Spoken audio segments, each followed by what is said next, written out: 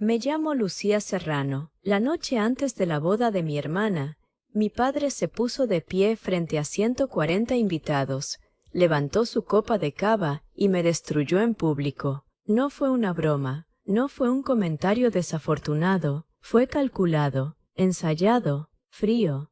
Pasó 4 minutos enteros hablando de mi hermana, de su talento, de su carrera, de su boda perfecta, de su vida perfecta, y luego me miró, sonrió y dijo: «Y después está Lucía». La sala quedó en silencio. Alguien soltó una risa incómoda. Mi madre bajó la mirada. Mi hermana apretó su copa. Y yo sonreí, porque cuando tu familia pasa toda la vida enseñándote a callar, aprendes a tragártelo, aprendes a sobrevivir. Pero 3 mesas más atrás, una mujer de cabello plateado dejó los cubiertos y se quedó mirándome. Ella sabía quién era yo, no la versión humillada que mi padre acababa de mostrar, la verdadera, y lo que mi familia no sabía era que durante los últimos 3 años había estado construyendo la investigación más importante de mi vida, una capaz de destruir a personas muy poderosas. 72 horas después de aquella humillación, esa mujer me hizo una llamada, y 6 semanas más tarde, mi familia descubrió en quién me había convertido mientras estaban demasiado ocupados tratándome como un fracaso. Pero para entender eso, primero tienes que entender a mi familia. En nuestra casa, mi hermana Marta siempre fue la elegida, la hija perfecta, la inteligente, la disciplinada, la segura, 3 años menor que yo, pero desde pequeña parecía hecha exactamente para cumplir los sueños de mis padres. A los 12 ganaba concursos de ciencias. A los 16 era la mejor de su promoción. A los 29 se convirtió en cardióloga. Se casó con Álvaro Medina, familia rica, hospitales, fundaciones médicas, clínicas privadas, dinero antiguo, prestigio antiguo, todo lo que mis padres admiraban. ¿Y yo? Yo era la creativa. Mi madre lo decía como si fuera un cumplido. No lo era. Creativa significaba inestable, impredecible, poco fiable. Yo me hice periodista de investigación, freelance, sin sueldo fijo, sin estabilidad, sin su aprobación. En las reuniones familiares, todo giraba alrededor de Marta, su hospital, su marido, su casa nueva, sus planes. Si yo mencionaba mi trabajo, mi padre siempre encontraba la forma de hacerlo pequeño. Está bien, Lucía, pero ¿cuándo vas a conseguir algo de verdad? Después de años escuchando eso, dejé de contarles cosas, dejé de compartir, dejé de intentarlo. Y mientras ellos pensaban que yo estaba perdida, yo estaba construyendo algo enorme. Todo empezó con una pequeña irregularidad en documentos públicos, una cifra extraña, una línea que no cuadraba, después otra y otra. Cuando quise darme cuenta, estaba dentro de algo gigantesco: hospitales, fundaciones, donaciones, desvíos, fraude, millones. 3 años reuniendo pruebas, 3 años, sola, sin contárselo a nadie, ni siquiera a mi familia, porque nunca preguntaban. Marta me llamó en marzo, me dijo que se casaba, sonaba feliz, y me alegré por ella, de verdad. Mamá te llamará con los detalles.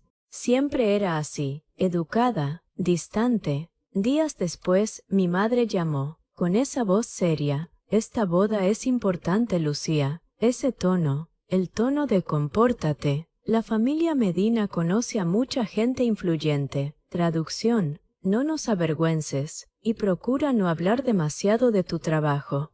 El periodismo incomoda a ciertas personas. Me reí, porque era absurdo. 3 años destapando corrupción, y aún así, para ella, mi trabajo seguía siendo inconveniente. La cena de ensayo fue en la finca de los Medina. Gigante, elegante, cara, ese tipo de riqueza silenciosa que no necesita impresionar. Llegué con un vestido verde oscuro, más caro de lo que podía permitirme. pero por primera vez en años quería aparecer siendo yo, sin hacerme pequeña, sin esconderme. En la mesa principal, cada silla tenía un nombre, menos la mía. Mi silla estaba al final, sin tarjeta, ligeramente torcida, como si alguien se hubiera acordado de mí en el último segundo, y eso dolió más de lo que esperaba, pero me senté, me quedé callada. Mi madre apenas me miró. Mi padre estaba demasiado ocupado impresionando a los Medina, y fue entonces cuando la vi, la mujer de cabello plateado, 3 mesas más atrás, mirándome, con atención, como si ya me conociera. La cena empezó. Llegaron los brindis. Primero habló el padre de Álvaro, luego su madre, todo perfecto, hasta que mi padre se levantó, y lo supe por cómo sonrió. Iba a hacerlo. Habló de Marta como si estuviera presentando una leyenda, perfecta, brillante, excepcional, la mejor decisión de la familia, todos sonriendo, todos asintiendo. Entonces me miró, y cambió el tono. Toda familia tiene capítulos distintos. Pausa. Marta siempre ha sido el capítulo que merece ser contado. Otra pausa, sonrisa, y después está Lucía. Silencio, y se sentó. Eso fue todo, pero bastó, porque todos entendieron. El mensaje era claro. Marta era orgullo, yo era advertencia. Me quedé allí, no me fui, no lloré, no reaccioné. Pero por dentro, algo murió esa noche, y cuando me levanté para marcharme, escuché una voz detrás de mí. Señorita Serrano. Me giré. Era ella, la mujer de cabello plateado, elegante, firme, imponente. Soy Isabel Valcárcel. La conocía. Todo periodista en España conocía ese nombre. Fundadora de una de las revistas de investigación más importantes del país. Una leyenda. Sé quién es. Ella asintió, y dijo, y yo sé quién eres tú, y eso lo cambió todo. El lunes la llamé a las 9:03 de la mañana. Contestó al primer tono, sin rodeos, sin formalidades. Voy a ser directa, Lucía, dijo. Estoy montando una nueva división de investigación, y tu nombre ya estaba en mi lista. Me quedé en silencio. Continuó, tu trabajo es excepcional. La cena solo confirmó lo que necesitaba saber. Pensé en esas palabras. La cena, la humillación. Aquella noche que casi me rompió, acababa de abrirme una puerta. Quiero ofrecerte un puesto fijo como investigadora senior, sueldo alto, equipo propio, apoyo legal, recursos ilimitados, todo lo que un freelance sueña. Era más dinero del que había ganado en todo el último año. ¿Por qué yo?, pregunté. Se quedó en silencio unos segundos. Luego respondió, porque la mayoría se habría roto en esa mesa. Pausa. Tú te quedaste. Terminaste la cena. No bajaste la cabeza. Eso se me quedó grabado. Ella no había visto debilidad, había visto fuerza. Acepté 2 días después.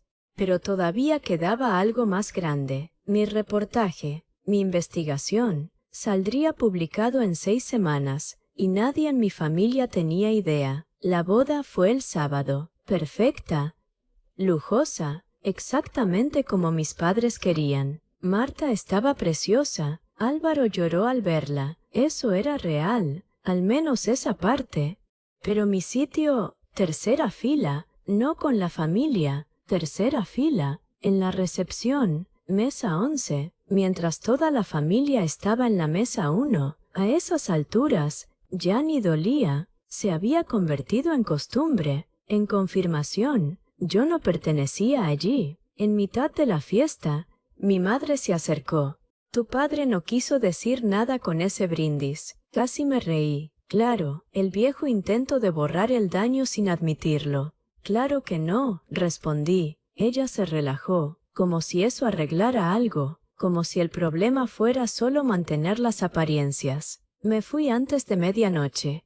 Y esa noche pensé en algo importante. Mi padre había ensayado aquel brindis. No fue impulso, no fue un accidente, fue una elección, deliberada. y eso lo cambiaba todo, porque significaba que esa imagen que él tenía de mí era antigua, congelada, y nunca se había molestado en ver quién me había convertido. 6 semanas después, mi reportaje salió publicado. Martes, 7 de la mañana. Al mediodía, 3 grandes periódicos ya estaban hablando de ello. Por la noche, el caso dominaba círculos políticos, financieros y médicos.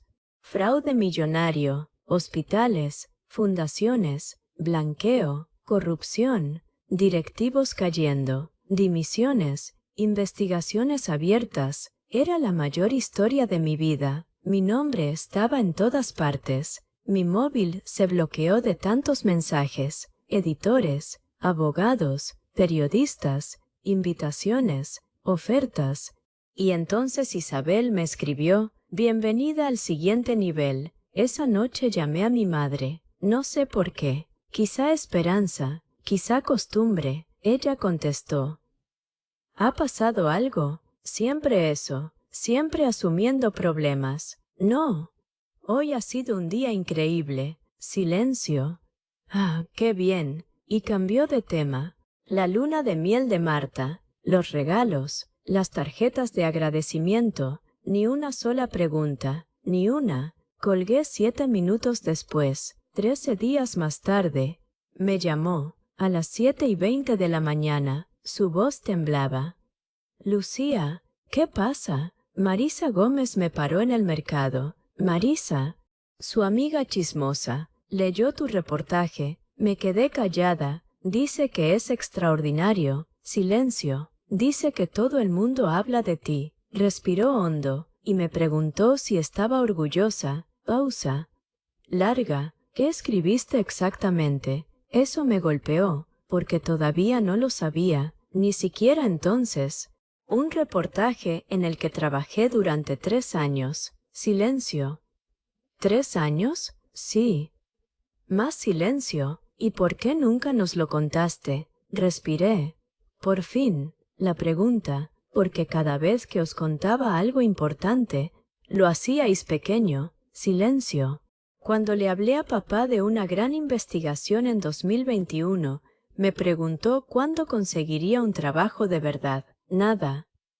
Cuando gané un premio, tú me preguntaste cuándo tendría un sueldo fijo. Su respiración cambió, pesada, lenta, y entonces dijo: «Creo que ahora lo entiendo». Y por primera vez creí que quizá de verdad lo entendía. 4 horas después, mi padre me llamó. Su voz sonaba diferente, tensa, controlada, como alguien intentando no mostrar que estaba afectado. «Tu madre me lo ha contado». Ya. Silencio. ¿3 años? La misma pregunta, pero ahora con otro peso, otra intención. Sí.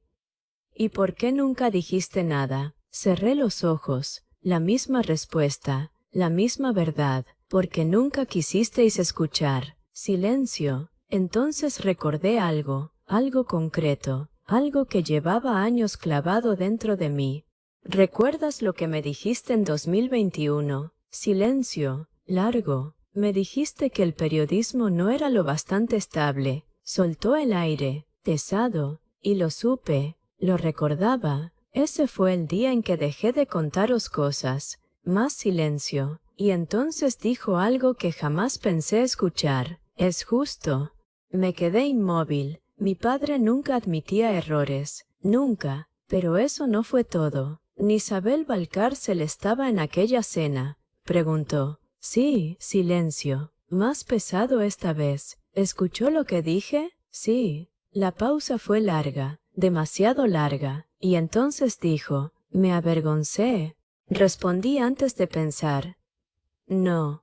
«Me avergonzaste a mí». Eso se quedó suspendido, crudo, pesado, real, y por primera vez en mi vida no intentó defenderse. «Sí», dijo, y aquello fue lo más parecido a una disculpa que me había dado. Pero la verdadera venganza no ocurrió en esa llamada. Ocurrió fuera de ella. Toledo era pequeña, y los círculos ricos aún más. La gente hablaba, en hospitales, en cenas benéficas, en reuniones privadas. Todo el mundo sabía. La hija a la que Arturo Serrano había llamado fracaso delante de todos, acababa de destapar uno de los mayores casos de corrupción financiera del año. Y una pregunta empezó a perseguir a mis padres. ¿Lo sabíais? Esa pregunta los destrozaba, porque la respuesta era simple. No, no lo sabían. No porque yo lo escondiera, sino porque nunca miraron, nunca quisieron mirar. Marta me llamó 3 días después. Había vuelto de su luna de miel. Su voz sonaba distinta, más baja, más seria. Lo he leído todo. Y soltó el aire. Es increíble, pero había algo más. Culpa. En aquella cena se detuvo. Esperé. Cuando papá dijo eso, más silencio. Debí haber dicho algo. Eso me golpeó, porque Marta nunca admitía cosas así. Nunca. He pasado toda mi vida viendo cómo te trataban así, dijo, y me convencí de que no era asunto mío. Verdad, pura, dolorosa. Miraste tu copa, le dije. Soltó una risa amarga. Lo sé. Silencio. Lo siento, Lucía. Y por primera vez, la creí. Una semana después, mi madre volvió a llamarme. Había leído todo. Mis artículos, mis reportajes, mis premios, años de trabajo, años que ni siquiera sabía que existían. Su voz estaba rota. Eres muy buena en lo que haces. Me quedé quieta. 30 años. Era la primera vez que me lo decía. 30 años. Gracias. Se echó a llorar, bajo, como alguien dándose cuenta de todo lo que había perdido. Me perdí demasiadas cosas, ¿verdad? Sí, sin crueldad, solo verdad. Mi padre tardó 3 semanas en volver a llamar. Cuando lo hizo, sonaba más pequeño, menos seguro. La gente no deja de hablar de tu reportaje. Claro que no. Ya, silencio. No lo sabía, y ahí lo entendí. No hablaba del reportaje, hablaba de mí. No, respondí. No lo sabías. Silencio. Después dijo, creía que te conocía. Esa frase se me quedó grabada, porque fue la primera cosa realmente honesta que había dicho en años. Conocías a la Lucía de 19 años. Pausa. Y nunca actualizaste esa versión. Silencio. Puede que tengas razón, y viniendo de él, eso era enorme, pero ya era tarde, porque algo dentro de mí ya había cambiado.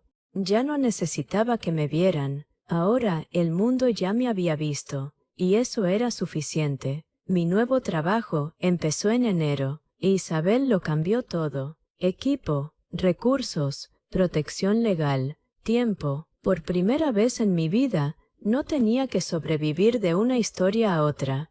Ahora podía construir algo más grande, más profundo, más peligroso, más importante. Y por primera vez, estaba exactamente donde debía estar. 3 meses después, le hice a Isabel una pregunta que llevaba persiguiéndome desde aquella cena. ¿Por qué yo? Levantó la mirada de unos documentos. Tu trabajo habla por sí solo. Negué con la cabeza. No me refiero a eso. Sonrió. Sabía exactamente a qué me refería. Sabía que hablaba de aquella noche, de la humillación, de la cena, del momento en que todo cambió. Cerró la carpeta y dijo, porque vi a tu padre intentar reducirte delante de todo el mundo. Me quedé inmóvil, y te vi negarte a romperte. Esa palabra, romperte, continuó. La mayoría se habría ido llorando, o habría reaccionado, o se habría derrumbado. Pausa, tú te quedaste, y era verdad. Me había quedado, destrozada, humillada, invisible, y aquello había sido mi primera victoria. 6 meses después, mi investigación ganó un premio nacional, no el más grande, pero sí lo bastante importante, lo suficiente para reunir periodistas, políticos y empresarios de toda España.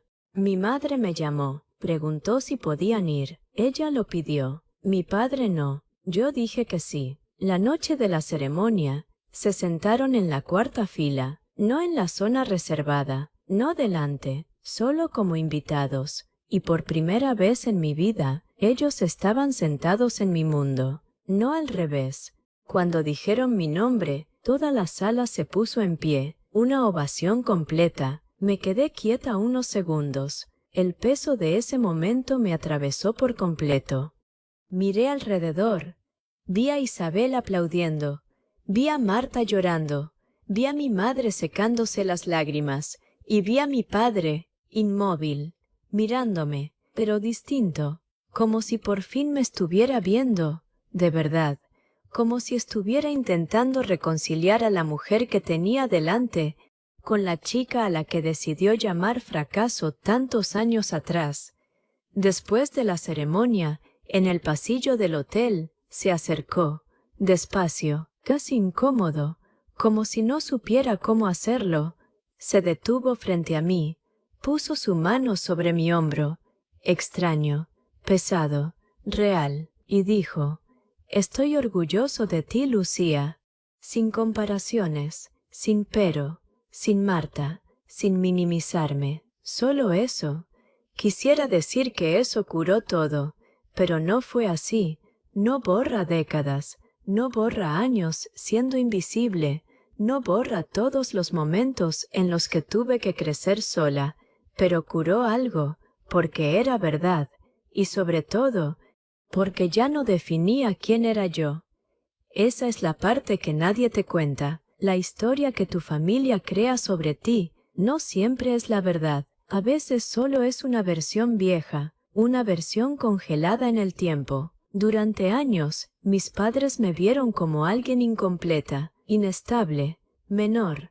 Mientras tanto, en silencio, yo seguí construyendo, pieza por pieza, sin aplausos, sin validación, sin reconocimiento, hasta que un día, la persona correcta me miró y vio quién era de verdad. Y en ese momento, la historia antigua perdió fuerza, no porque yo la destruyera, sino porque la realidad lo hizo por mí. Y fue ahí cuando entendí algo. La mejor venganza nunca fue demostrar que estaban equivocados, nunca fue humillarlos de vuelta, nunca fue devolverles el daño. Fue seguir, construir, crecer, hasta que la verdad se hiciera tan grande que nadie pudiera ignorarla, ni siquiera ellos. Y cuando mi padre me llamó fracaso aquella noche, pensó que estaba definiendo mi final, pero en realidad solo estaba marcando el principio de todo.